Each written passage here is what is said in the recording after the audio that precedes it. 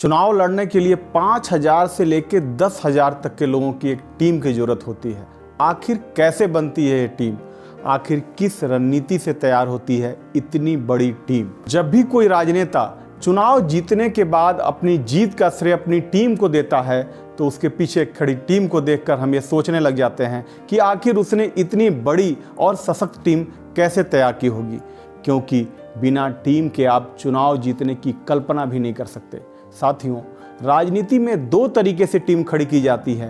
पहला पैसों के बल पर और दूसरा उस फॉर्मूले से जिसका इस्तेमाल कर अभी तक कई बड़े राजनेताओं ने, जो मध्यम वर्गीय परिवार से आए, अपनी एक बड़ी और सशक्त टीम तैयार की।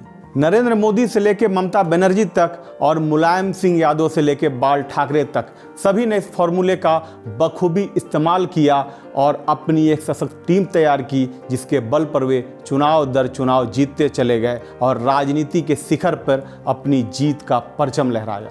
तो चलिए और विलंब न करते हुए समझते हैं बड़े राजनेताओं के उस शानदार फॉर्मूले को, जिसका इस्तेमाल कर आप भी कुछ सालों के अंदर एक बड़े जनसमूह को अपने पक्ष में कर सकते हैं। साथियों, ये वीडियो 2 भागों में होगी और इसका दूसरा भाग रविवार को हमारे चैनल पर प्रसारित किया जाएगा। तो आइए शुरू करते हैं।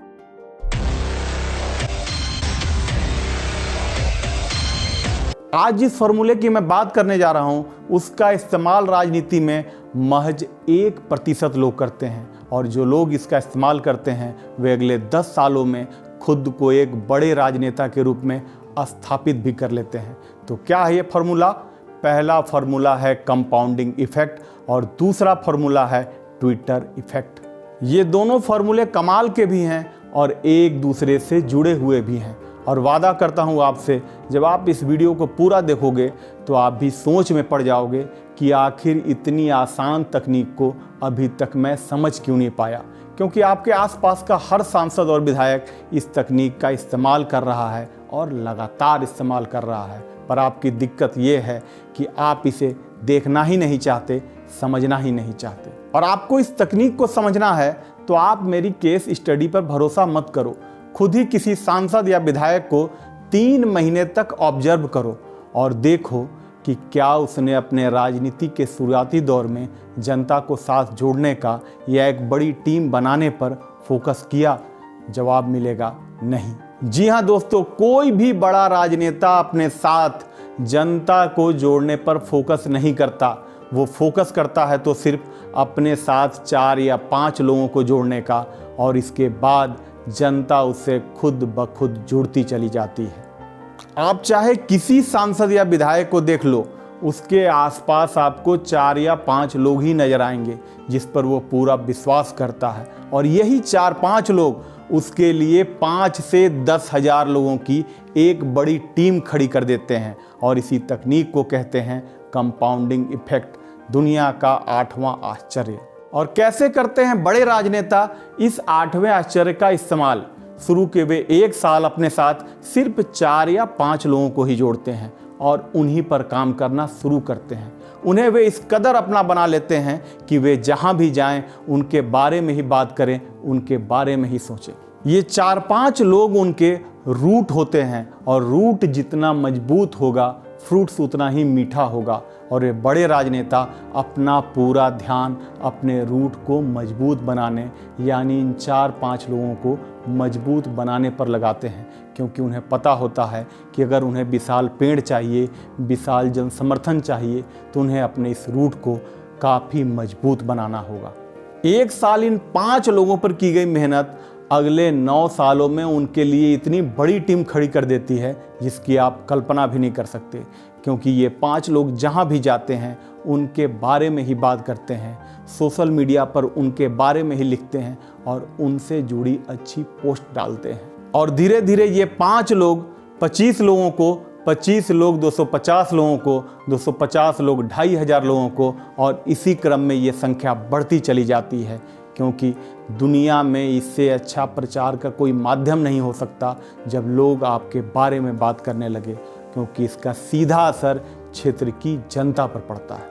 इस प्रकृति का एक सबसे बड़ा सच है कि जब दूसरे लोग आपके बारे में बात करने लगे तो लोगों का ध्यान आपकी तरफ आकर्षित होता है। इसे आम भाषा में सोशल प्रूफ भी कहा जाता है और उस सोशल प्रूफ का इस्तेमाल विज्ञापन बहुत ही धड़ल्ले से करते हैं। वो विज्ञापन आपको याद ही होगा, वो PSPO नहीं जानता। PSPO दीजिए तो। हाँ भाई साहब, PSPO क्या है? PSPO नहीं जानते? PSPO नहीं जानता।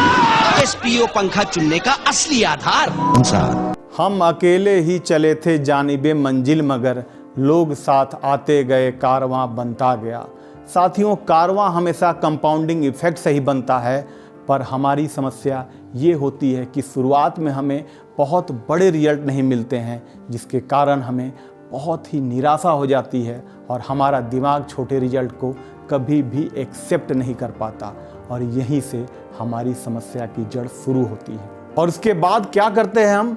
अपने वो चुने हुए 4-5 लोगों की टीम पर काम करना ही बंद कर देते हैं। साथियों, एक बात याद रखना कि जब भी आप कोई काम शुरू करेंगे, शुरुआती समय में आपको छोटे रिजल्ट ही मिलेंगे, चाहे आपका दिमाग इसे एक्सेप्ट करे या ना करे, क्योंकि कंपाउंडिंग इफेक्ट कभी भी अपना असर दिखाता है तो वो एक समय के बाद ही दिखाता है, और जो अपना असर दिखाता है तो सबकी कल्पना से परे चला जाता है। दोस्तों, जैसे इस प्रकृति में गुरुत्वाकर्षण का नियम एक सच है, गति का नियम एक सच है, आप उसे जानते हो या ना, आप उसका इस्तेमाल करते हो या ना, पर यह प्रकृति में हमेशा काम करता है। उसी तरीके से कंपाउंडिंग इफेक्ट भी प्रकृति का एक नियम है और वो हमेशा काम करता है। अब ये आप पर है कि आप उसका कितना इस्तेमाल करते हैं या नहीं कर पाते हैं। पर मेरी एक बात याद रखना कि यदि आप मध्यम वर्गीय परिवार से आए हैं और आपका कोई पॉलिटिकल बैकग्राउंड नहीं है, तो इस तकनीक के अलावा आपके पास कोई दूसरी तकनीक नहीं है जिससे आप जनता को अपने साथ जोड़ पाएँ या अपने लिए एक बड़ी टीम खड़ी कर पाएँ। तो हमारा अगला फॉर्मूला है ट्विटर इफेक्ट, जो काफ़ी दिलचस्प भी है और प्रभावशाली भी। ये फार्मूला इतना आसान है कि इसका इस्तेमाल आप राजनीति के शुरुआती दौर में भी कर सकते हैं। बस इसके लिए ज़रूरत है तो एक मोबाइल की। इस फार्मूला का इस्तेमाल करके आप जनता के बीच इतनी गहरी पकड़ बना सकते हैं जिसकी कल्पना भी आपने नहीं की होगी। तो मिलते हैं रविवार को 12:30 पर ट्विटर इफेक्ट के उस शानदार फार्मूले के साथ, जो आपके राजनीतिक जीवन में एक नई क्रांति ला देगा। आज के लिए इतना ही। नमस्कार।